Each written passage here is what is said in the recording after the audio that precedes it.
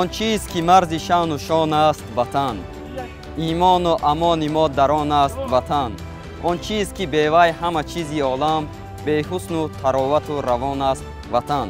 سلام تماشابینان عزیز، نشر نوبتی برنامه حربی سیاسی صداقت است منظور شما. در این برنامه اطراف روند ادای خدمت حربی از جانب افسران و سربازان قسم حربی 02615 وزارت مدافعه جمهوری تاجیکستان واقع در شهر دوشنبه و شما معلومات می‌دهیم.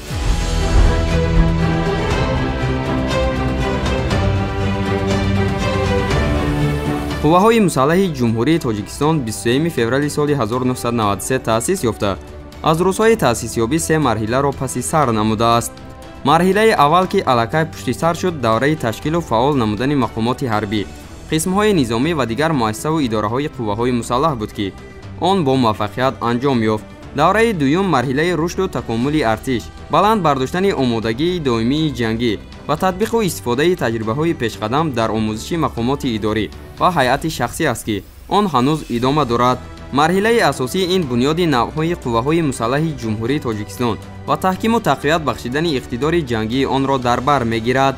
عین حال در هیئت ارتشی ملی 3 نوع قوه‌های مسلح فعالیت دارد: قشون‌های خشکیگرد، قشون‌های زودعمل، قوه‌های حربی هوایی و مدافعه ضد هوایی عمل می‌نماید.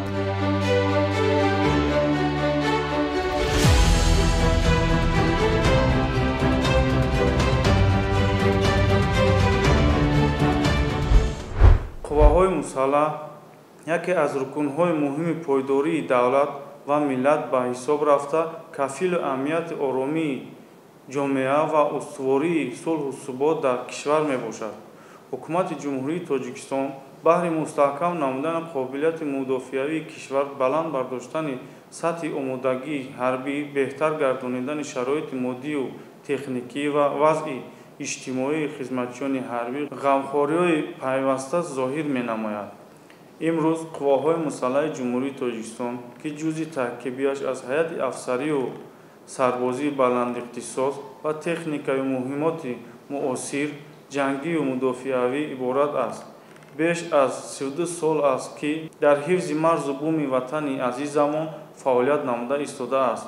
бо истифода аз шароити имконоти мусоид, имрӯз ҷавонони худогоҳ, худшинос, далеру шуҷоъ, ватандӯсту меҳанпараст бо ҳисси баланди миллии хизмати ватан модарро адо намуда истодаанд.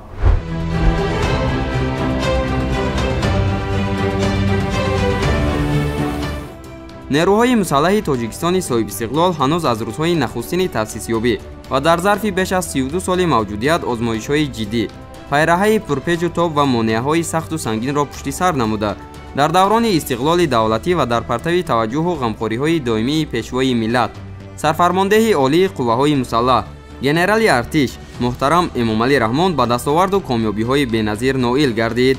ҳар як давлату халқият бе қувваҳои мусаллаҳи худ вуҷуд дошта наметавонад, зеро ин қувва таъминкунандаи амнияти мамлакат буда, оромию осоиштагии мардум ва суботи ҳар як давлат аст.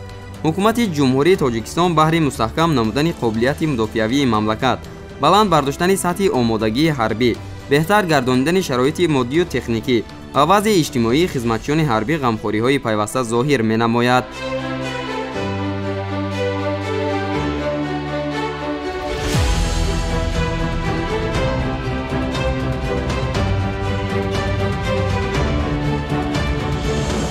имрӯз мардуми тоҷикистон дар симои артиши миллӣ ҳомию муҳофизи худро дида рӯ ба бунёдкорию созандагӣ мениҳад.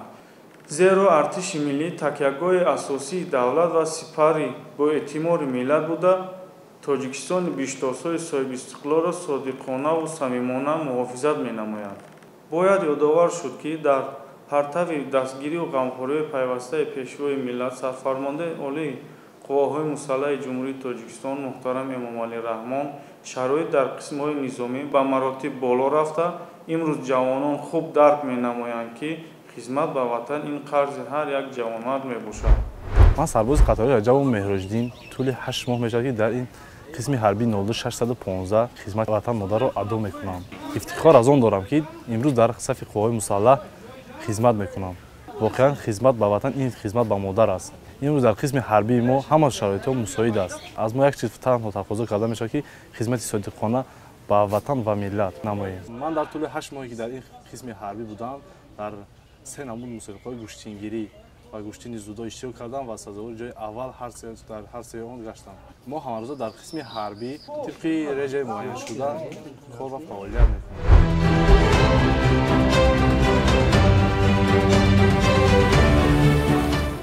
қушунҳои хушкигард дар қатори дигар навъҳои қушунҳои қувваҳои мусаллаҳи ҷумҳурии Тоҷикистон соли 1993 таъсис дода шуд. аз соли 1993 дар баробари таъсиси қувваҳои мусаллаҳи ҷумҳурии Тоҷикистон давраи бунёди қушунҳои хушкигард низ оғоз гардид. нерӯҳои қушунҳои хушкигарди қувваҳои мусаллаҳи ҷумҳурии Тоҷикистон ҷузъи муҳими қувваҳои мусаллаҳ дониста шуда, фаъолияти онҳо барои ҳифзи сулҳу субот дар мамлакат нигаронида шудааст.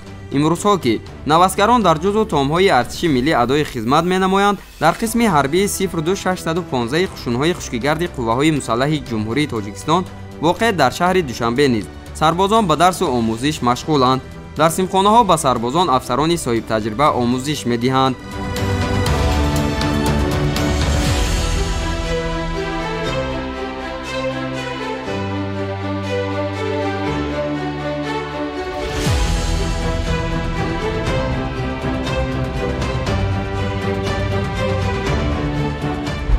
парокандагӣ аз нифоқ хезад, пирӯзӣ аз иттифоқ хезад. аввалан мехоҳам миннатдорӣ бевоситаи хешро ба сарфарвондаи олии қувваҳои мусаллаҳи ҷумҳурии Тоҷикистон, генерали артиш муҳтарам Эмомалӣ Раҳмон расонам, чунки баҳри мо ҷавонон тамоми шароитро барои хизмат дар сафи қувваҳои мусаллаҳ омода карданд. мефахрам меболам аз он ки омада дар сафи қувваҳои мусаллаҳи ҷумҳурии Тоҷикистон хизмат карда истодам. дӯстдории модар аз дӯстдории ватан аст. ҳар касе ки модарашро дӯст медорад, омада дар сафи қувваҳои мусаллаҳ содиқона хизмат мекунад. шароитое ки ба мо фароҳам оварда истоданд беҳтарин шароитҳо мебошанд ва мо омодабошиҳои тактикӣ, омодабошиҳои ҷангӣ ва омодагиҳои сафорӯиро ба таври намунавӣ ба мо дода истоданд. мо ҳамчун сарбоз бояд вазифаҳои хизматии хешро аниқ дарк кунем ва ҳамаи ончеро ки ба мо меомӯзонанд аз худ намоем. хоки ватанро ба ягон тиллову зар иваз намекунем, чунки шоир гуфтааст: хоки ватан аз тахти Сулаймон хуштар, хори ватан аз лолаву райҳон хуштар.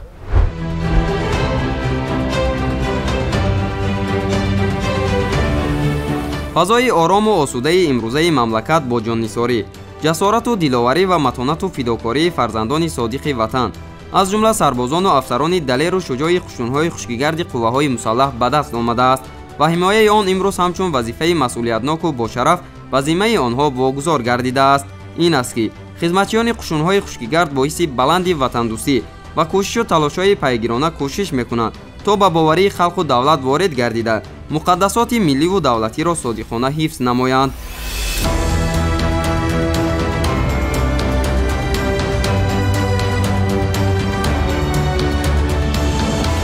ман сарбози қатории Пиров Ёрмаҳмад Шермаҳмадович ба сафи қувваҳои мусаллаҳи ҷумҳурии Тоҷикистон дохил шуда, дар даъвати баҳорӣ ба сафи қувваҳои мусаллаҳи ҷумҳурии Тоҷикистон дохил шуда адои хизмат мекунам.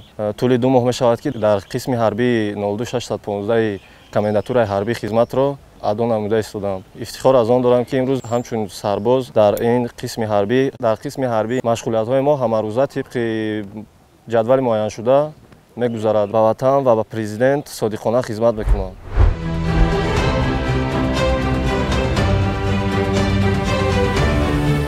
риояи қоидаҳои бехатарӣ ҳангоми истифодаи яроқҳо барои сарбозону афсарони қушунҳои хушкигарди қувваҳои мусаллаҳ хеле муҳим аст. барои ин дар қисми ҳарбии 02615 қушунҳои хушкигард воқеъ дар шаҳри Душанбе ҳамарӯза ба ин навъи силоҳҳо низ сарбозонро шинос намуда қоидаҳои бехатарии истифодаи онҳоро меомӯзонанд.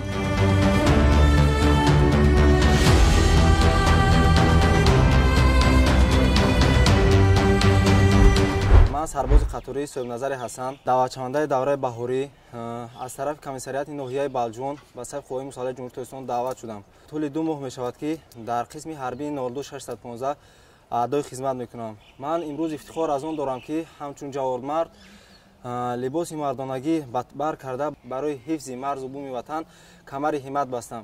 миннатдории худро ба сарвари давлат муҳтарам Эмомалӣ Раҳмон мерасонам ки баҳри болидахотирии мо ҷавонон тамоми саъю кӯшиши худро мекунанд ва мо ваъда медиҳем ки дар оянда барои ободонии кишвари худ тамоми саъю кӯшиши худро равона созем.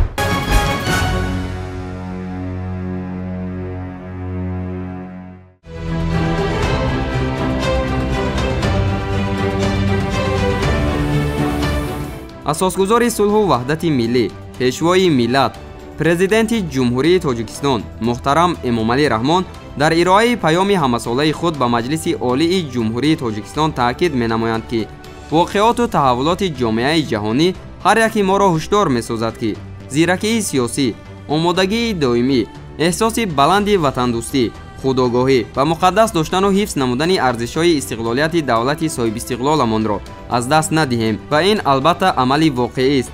чунки вазъи зудтағйирёбандаи ҷаҳони муосир, зиёд гардидани равияву созмонҳои террористиву экстремистӣ ва дигар зуҳуроти таҳдидовари хатарнок метавонад сулҳу субот ва ҳаёти орому осудаи мардумони кишвари моро халалдор намояд. имрӯз сафи артиши миллӣ асосан аз ҳисоби хатмкунандагони донишкадаи ҳарбии вазорати мудофиа ва академияву омӯзишгоҳҳои олии ҳарбии давлатҳои хориҷи дуру наздик бо афсарони касбӣ пурра гардонида мешавад. тадбирҳои сари вақтӣ вобаста ба тайёр намудани мутахассисон дар ин мактабҳои олӣ имкон дод ки сафи навъҳои қувваҳои мусаллаҳ, ҷузъу томҳои вазорати мудофиа ва дигар сохторҳои қудратӣ бо афсарони касбӣ пурра гардонида шаванд.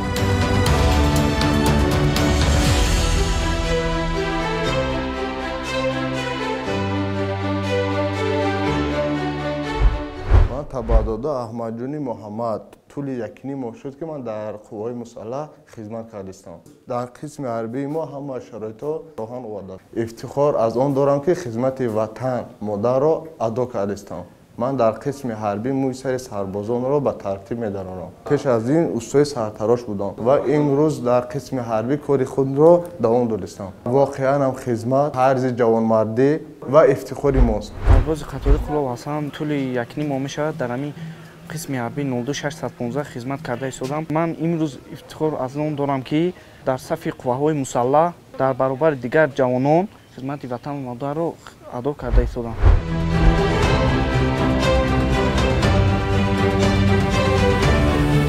масъулини қисми ҳарбии 02615 қушунҳои хушкигард воқеъ дар шаҳри Душанбе ба масъалаи сифати корҳои тарбиявию сиёсӣ дар байни ҳайати шахсӣ, хусусан дар самти кор бо навазкарон эътибори ҷиддӣ медиҳанд. дар рӯҳияи ватандӯстиву ватанпарастӣ, садоқат ба ватан ва савганди ҳарбӣ, ҳушёриву зиракии сиёсӣ ва дӯстиву рафоқат тарбия кардани афсарони ҷавон ва сарбозонро аз ҷумлаи масъалаҳои муҳимтарини вазифавии худ медонанд.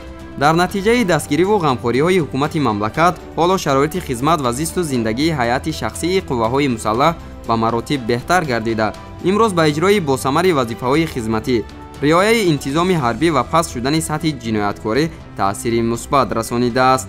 барои гузарондани вақтҳои холӣ барои сарбозон дар қисми ҳарбии 02615 қушунҳои хушкигард воқеъ дар шаҳри Душанбе китобхона ва симхонаи истироҳатӣ фаъолият менамояд ва сарбозон вақти худро дар он ҷо сипарӣ менамоянд.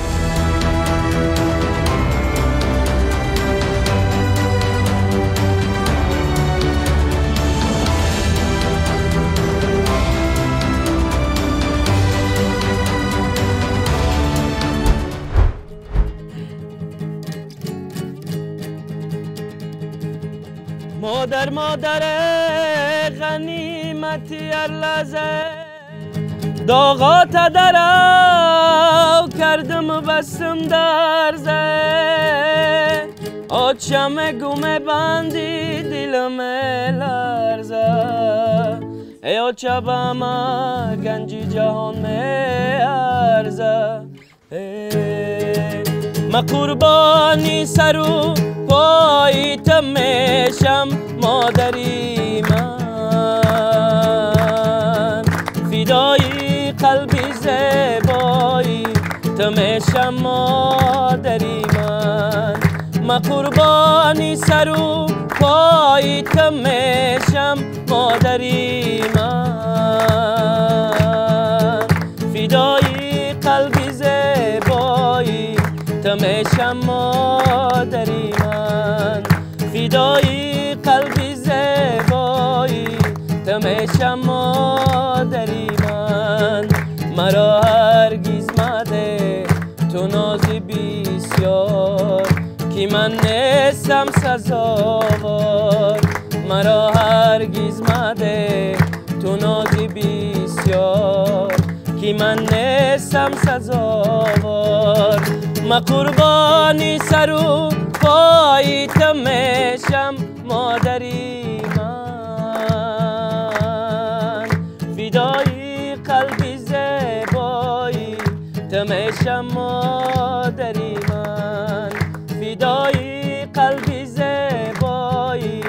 ماتمشم مادری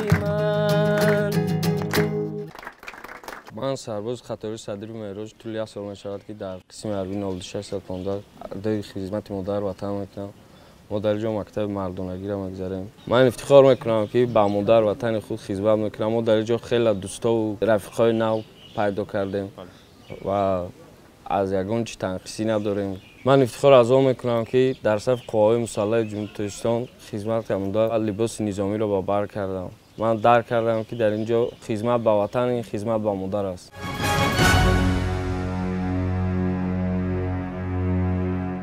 دولت فاروق هستم.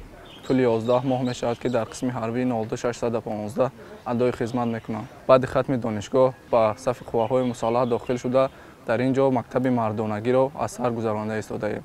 خدمت به ما بسیار درس ها را آموزاند. در اینجا ما جسماً و روحاً آب و تاب یافته از همه گونه تجهیزات های جنگی لوازمات یراق ها را به ما می آموزانند. هیچ یک جوان از خارجه آمده مرز و بوم ما را وطن و ملت ما را حمایت نمیکنند و ما باید کتف به کتف استوار باشیم و وطن و ملت را خود حمایت کنیم. من امروز افتخار دارم که در تن لباس سربازی دارم. در صف قواهای مسلح جمهوری تاجیکستان خدمت حربی را ادا می نمایم.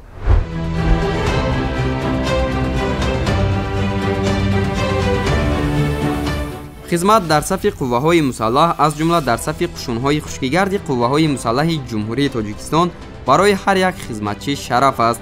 زیرا اگر این مرز و بوم به آنها امکانیت تحصیل نمودن و صاحب کسب گردیدن در جامعه نقش و مرتبه خاصه کسب نمودن داده است و در برابر دیگر جوانمردان خدمتچیان این نوع قشون‌ها امروز در تحکیم پایداری صلح و ثبات و محافظت مرز و بوم وطن سهم می‌گذارند.